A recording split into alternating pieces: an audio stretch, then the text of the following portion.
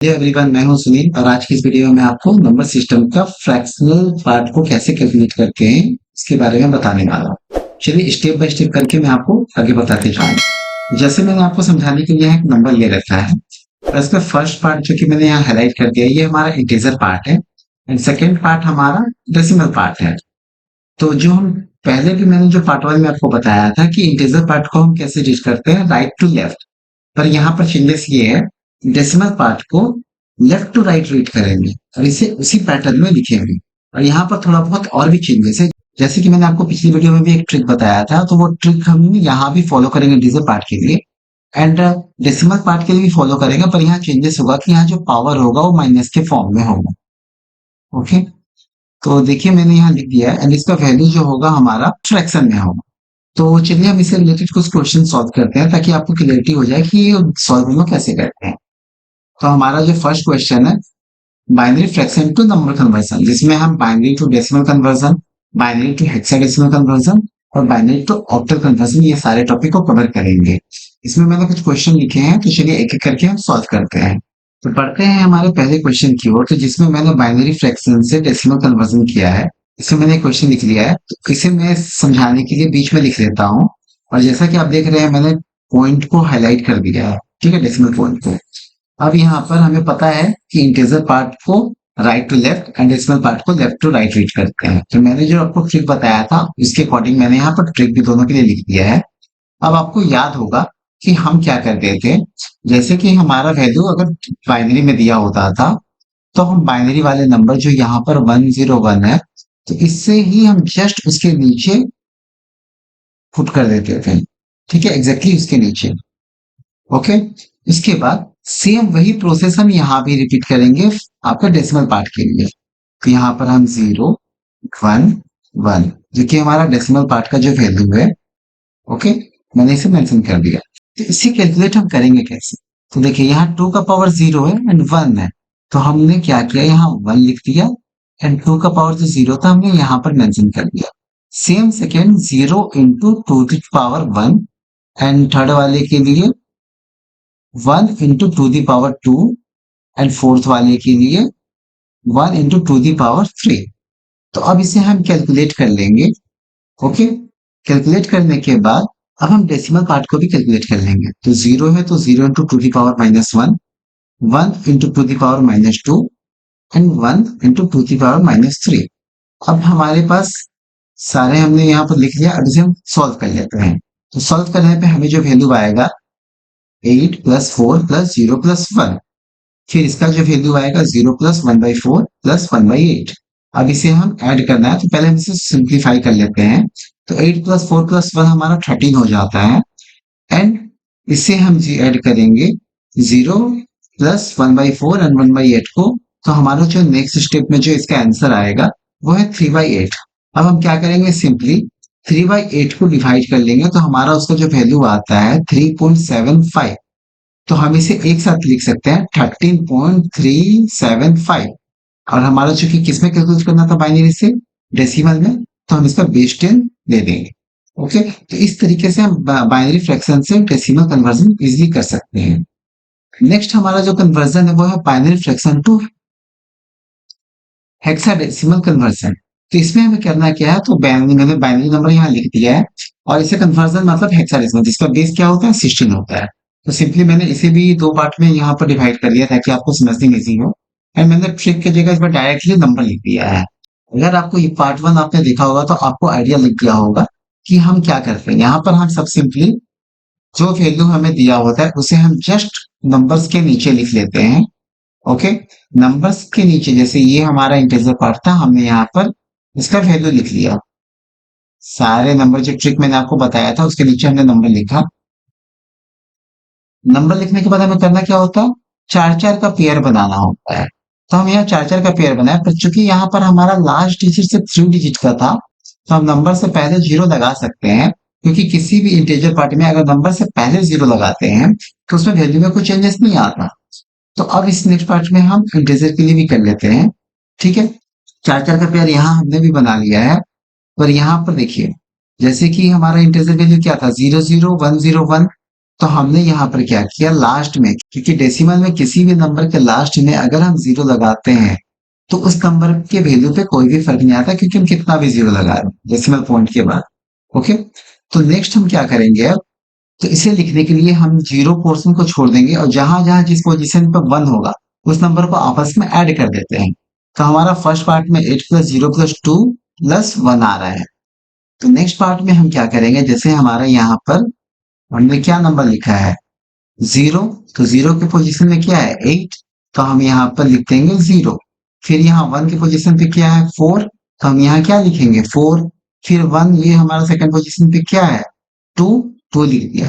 तो हम इसे लिखने के बाद अब आते हैं इंटीजर पार्ट में।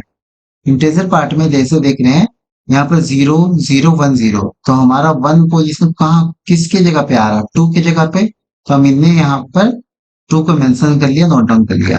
फिर इसके बाद वाले नंबर में 1 0 0 0, तो मैंने बोला था डेसिमल पॉइंट में के बाद कोई भी नंबर जो हम लिखते हैं उसके बाद का जीरो का वैल्यू नहीं होता। तो हम सिर्फ वन को देख रहे हैं, तो वन कौन से पोजीशन पे है 8 वाले पोजीशन पे, तो हम 8 को लिख देंगे। अब हमें करना ये है कि हम सबको कैलकुलेट कर लेंगे। सबको कैलकुलेट करने के बाद हमारा ये डिजिट है जैसा आप देख पा रहे हैं स्क्रीन पर, तो इसे पर आपको जैसे मैंने पहले भी बताया है कि हेक्साडेसिमल में 10 के बाद नंबर क्या हो जाता है, 10 में ए हो जाता है, इसके बाद 11 में बी हो जाता है, इसलिए हमारा आंसर यहाँ क्या होगा बी। ओके, तो अब हम क्या करेंगे, हमें यहाँ क्या क्या नंबर मिला 6 बी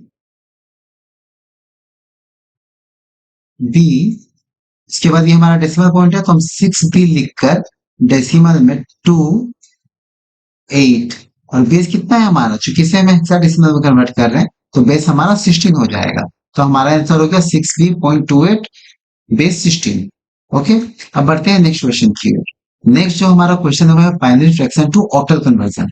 इसमें हम क्या करेंगे, जो बाइनरी नंबर जो फ्रैक्शन के साथ होगा, ठीक है, डेसिमल पॉइंट के साथ, इसे हम सॉल्व करेंगे ऑक्टल में। तो चलिए इसे भी मैं पहले आपको समझाने के लिए सेपरेट कर लेता हूँ इंटीजर और डेसिमल पार्ट। अब मैंने ट्रिक को लिख लिया यहाँ भी। अब आपको याद होगा ऑक्टल में हम क्या करते थे, 3 बिट बाइनरी, इसमें हम 3 3 का पेयर बनाते थे, ठीक है। और 3 का पेयर, अगर जैसे कि इंटीजर पार्ट में आप रेड कलर से जीरो देख रहे होंगे, तो जैसे कि आप यहाँ पर नंबर देख पा रहे हैं ये जीरो है, तो चूंकि यहाँ पर हमारा पेयर कंप्लीट नहीं हो रहा था 3 का 3 बिट बाइनरी का, तो हमने यहाँ पर जीरो फिट कर दिया, यहाँ पर हमने जीरो पुट कर दिया। वैसे ही डेसिमल पार्ट में हमें इसे पेयर में कंप्लीट करना था, तो हमने डेसिमल में मैं पहले भी बताया था कि डेसिमल पार्ट में अगर कितना भी जीरो लगा दो लास्ट में कोई भी वैल्यू में फर्क नहीं आता, तो मैंने यहाँ 2 जीरो पुट कर दिया। अब हमारे ये 3 3 का पेयर कंप्लीट हो गया है। तो इसके बाद अब हम क्या करेंगे, जहां जहां हमारा वैल्यू 1 1 होगा उस नंबर को हम ऐड करते चलेंगे। हम सभी नंबर को ऐड करके अब सिंप्लीफाइड कर देंगे। तो ऐड करके जो हमारा सिंप्लीफाइड वैल्यू है यहाँ पर आप जैसा देख पा रहे होंगे स्क्रीन पे, ठीक है। तो अब हम क्या करेंगे, दोनों पोर्शन हमें इंटीजर पार्ट का भी वैल्यू मिल गया है और डेसिमल पार्ट का भी मिल गया है, तो हम डायरेक्टली 266.24 और कौन से बेस में कन्वर्ट करना था ऑक्टल में, तो 266.24 बेस 8, ये हमारा आंसर हो जाएगा। ओके, अब जो हमारा नेक्स्ट क्वेश्चन है वो है decimal fraction to binary conversion. मतलब कोई भी नंबर हमें डेसिमल फॉर्म में हो दिया होगा बट पॉइंट में होगा और जिसे हमें बाइनरी में कन्वर्ट करना होगा, तो सेम इसे भी हम 2 पार्ट में कर लेंगे। पर इसका रूल ये है कि जो इंटीजर पार्ट होता है इसे हम 2 से डिवाइड करते हैं, और जो हमारा डेसिमल पार्ट होता है जो फ्रैक्शन पार्ट है इसे हम 2 से मल्टीप्लाई कर देते हैं। तो ये मैंने पार्ट 1 में आपको बहुत डिटेल में समझाया है, तो आप पार्ट 1 वीडियो देख सकते हैं अगर आप डायरेक्टली पार्ट 2 देख रहे हैं तो। फिलहाल मैंने आपको समझाने के लिए एक यहाँ पर सॉल्व कर दिया। हमें पता है कि बाइनरी में किसी भी इंटीजर पार्ट को कन्वर्जन के लिए 2 से डिवाइड करते हैं। अगर आपने हमारा पार्ट 1 वीडियो नहीं देखा है तो देख लीजिएगा, आपको ज्यादा क्लियरिटी मिलेगा। तो यहाँ पर 48 को जब हम 2 से डिवाइड करेंगे तो ये 24 टाइम्स में 48 आ जाएगा। तो इसमें कैरी क्या बच रहा, कुछ भी नहीं, तो यहाँ जीरो हमने लिख दिया। ओके, फिर 24 को 2 से डिवाइड करेंगे, हमें 12 बार में ये चला जाएगा, तो इस बार भी कैरी कुछ भी नहीं है तो जीरो हम लिख देंगे। फिर 12 को डिवाइड करेंगे किससे 2 से, हमारा बचा 6, इसमें भी हमारा कैरी कुछ भी नहीं आ रहा, हम फिर से जीरो लिख देंगे। फिर 6 को डिवाइड करेंगे 2 से, ये भी 3 टाइम्स में चला जा रहा है, इस बार भी हमें कैरी कुछ नहीं मिल रहा, हम फिर से जीरो लिख देंगे। तो अब जो 3 है इसको 2 से फिर डिवाइड करेंगे, तो यहाँ पर हमारा 1 बच जा रहा है, ठीक है? तो हमारा कैरी क्या हो गया 1। तो हम इसे रीड कैसे करेंगे? हम यहाँ से रीड करना स्टार्ट करते हैं, इसे छोड़ते नहीं है इस पार्ट को। ओके, इसे भी रीड करना है। आप फर्स्ट पार्ट देखिएगा तो आपको क्लियर हो जाएगा। हम इस पार्ट को भी रीड करते हैं। तो हम इसे नीचे से ऊपर की ओर रीड करते हैं, तो ये हमारा 48 का जो आंसर होगा बाइनरी में 110000। चलिए नेक्स्ट हम फ्रैक्शन पार्ट की ओर बढ़ते हैं। तो फ्रैक्शन पार्ट में मैंने आपको बताया था जो भी हमारा फ्रैक्शन का जो पार्ट होगा उसको 2 से मल्टीप्लाई कर देंगे, और ये तब तक मल्टीप्लाई करते हैं जब तक वैल्यू 0 ना हो जाए या फिर रिपीटेड फॉर्म में ना आ जाए। तो यहाँ 0.125 है, मल्टीप्लाई करेंगे 2 से, ठीक है? तो ये क्या हो रहा है 250। तो 250 हमारा जो आ रहा है, तो इसमें क्या है, हमारा कोई कैरी तो हुआ नहीं, यहाँ पर हमारा इंटीजर पार्ट तो आ नहीं रहा, इसलिए हम यहाँ पर 0 लिख देंगे। फिर 250 को 2 से मल्टीप्लाई करेंगे तो हमारा 5,500 हो रहा है, तो वहां भी हमारा कोई इंटीजर पार्ट नहीं आ रहा, तो हम फिर से 0 लिख देंगे। पर जब हम 500 को कितने से 2 से, तो 500 को जब 2 से डिवाइड करेंगे 0.500 को, तो हमारा क्या होगा 1.000। तो हमारा क्या हुआ, इंटीजर वैल्यू आ गया, इसलिए मैंने यहाँ पर 1 लिख दिया है।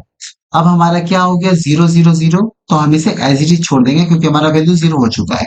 पर इसे रीड करने का तरीका है, हम ऊपर से नीचे की ओर पढ़ते हैं। तो 0.125 का जो बाइनरी वैल्यू होगा वो होगा 001/2। ओके, और इसे कंबाइन हम कुछ इस तरीके से लिख सकते हैं 11000.001/2। ये हमारा decimal fraction to binary conversion था। अब नेक्स्ट बढ़ते हैं हम अपना हमारे क्वेश्चन की ओर, decimal fraction to binary conversion. आपको समझाने के लिए मैंने एक क्वेश्चन और सॉल्व किया है। ओके, तो इसमें भी चलिए हम देखते हैं। जैसे यहाँ पर 117.65625 है, तो जैसे मैंने आपको पहले भी बताया कि इंटीजर पार्ट को 2 से डिवाइड करना होता है और फ्रैक्शन पार्ट को 2 से मल्टीप्लाई करना होता है। तो मैंने आपको समझाने के लिए फिर भी यहाँ से एक बार सॉल्व कर दिया है। तो 117 को जब 2 से डिवाइड करते हैं तो 58 आता है, तो यहाँ पर हमारा एक बच रहा है जो कि हम कैरी में यहाँ पर 1 नोट डाउन कर देंगे। ओके, फिर हमारा 58 आया, 58 को 2 से जब हम डिवाइड करेंगे हमारा ये 26 आएगा, जिसमें कैरी कुछ भी नहीं हो रहा तो हम 0 लिख देंगे। फिर हमारा इसका वैल्यू क्या आ रहा है 2 से डिवाइड करने पे 13, तो 13 हो गया। फिर यहाँ पर 13 को जब 2 से डिवाइड करेंगे तो ये 6 बार में जाएगा, तो हमारा कैरी क्या बच रहा है 1, तो हम इसे नॉन मेंशन कर देंगे यहाँ पर 1। ओके, इसके बाद फिर आगे बढ़ेंगे। अब 6 को डिवाइड करेंगे 2 से तो हमारा क्या आएगा 3, और इसमें हमारा कैरी कुछ भी नहीं बच रहा है तो हम यहाँ 0 लिख देंगे। इसके बाद फिर हम इसे डिवाइड करेंगे 2 से, तो 2 से डिवाइड करने पे ये हमारा एक कैरी आ रहा तो हम इसे लिख देंगे 1, और इसे नीचे फिर यहाँ नीचे उतार कर लिख देंगे 1, जो हमारा क्या हो जाएगा, यहाँ पर हम इसे फिर से लिख देते हैं क्योंकि हमारा 1 टच किया है कैरी में। इसे हम रीड करेंगे 1110101। तो हमारा 170 का जो हमारा बाइनरी वैल्यू होगा वो होगा 1110101/2। वैसे ही अब हम इसका फ्रैक्शनल पार्ट का वैल्यू निकाल लेते हैं। तो हमारा क्या है 0.625 into 2, तो ये हमारा वैल्यू आ रहा है क्या 1.3125। तो मैंने कहा था कि जब भी हमारा यहाँ पर कैरी इंटीजर पार्ट आएगा तो उसे हम यहाँ पर लिख लेंगे 1। उसी को फॉलो करते हुए मैंने यहाँ 1 लिखा है। फिर मल्टीप्लाई करके हमारा क्या बच गया पॉइंट में 0.3125। फिर 2 से मल्टीप्लाई करेंगे क्या आएगा 0.625। तो हमारे यहाँ क्या डेसिमल से पहले इंटीजर पार्ट है 0 है, तो 0 हमने लिख दिया। फिर 625 को मल्टीप्लाई करेंगे 2 से, तो हमारा आंसर आएगा 1.25। तो हमारे यहाँ इंटीजर क्या आया 1, तो मैंने यहाँ पर लिख दिया 1। अब 25 बचा, 25 को मल्टीप्लाई करेंगे 2 से, तो 2 से मल्टीप्लाई करेंगे तो क्या आएगा 0.5। तो इसका वैल्यू क्या हो 0 में है ना, तो यहाँ हम 0 लिख देंगे। उसके बाद 0.5 को मल्टीप्लाई करेंगे 2 से, तो हमारा क्या हो जाएगा आंसर 1.0। तो हमारा आ गया इंटीजर पार्ट क्या 1, तो यहाँ लिख देंगे 1, और लास्ट वाला 0 है तो इसे हम छोड़ देंगे क्योंकि अब हमारा वैल्यू 0 आ चुका है, रिपीटेड फॉर्म में भी नहीं है। इसे हम रीड कैसे करेंगे ऊपर से नीचे की ओर, ठीक है? तो हमारा जो वैल्यू होगा वो होगा 0.65625 का जो डेसिमल से हमने फ्रैक्शन बाइनरी में बनाया है, तो इसे हम लिख देंगे 10101। और इसे एक साथ कंबाइन कैसे लिख सकते हैं, तो सबसे पहले हम लिखेंगे इंटीजर पार्ट को। इंटीजर पार्ट को लिखने के बाद हम पॉइंट लगाएंगे, उसके बाद हम लिख देंगे डेसिमल पार्ट को, जैसे कि मैंने आंसर में लिखा है। और बेस टू चूंकि ये बाइनरी में कन्वर्सन था, तो होप आपको ये समझ में आ गया होगा। तो आपको तो ट्रिक मैं दे भी रहा हूँ और साथ ही साथ आपको वो सॉल्व भी करना है। ओके, तो आपको सॉल्व करके बताना है उसका आंसर क्या है। अगर आपको फिर भी प्रॉब्लम होता है तो कमेंट कीजिएगा, मैं उसे भी सॉल्व करके आपको शेयर कर दूंगा। तो आपका क्वेश्चन ये है कि अब हमें डेसिमल फ्रैक्शन को ऑक्टल में कन्वर्ट करना है। तो जैसे मैंने बाइनरी में बताया, हमें इंटीजर पार्ट को 2 से डिवाइड करना होता है। तो यहाँ पर ऑक्टल है, ऑक्टल में हम क्या करेंगे, 8 से डिवाइड करेंगे। ये चीज हमने पार्ट 1 में भी मैंने आपको बताया है। पर यहाँ डेसिमल पार्ट के लिए हम क्या करते हैं, इंटू करते हैं 8।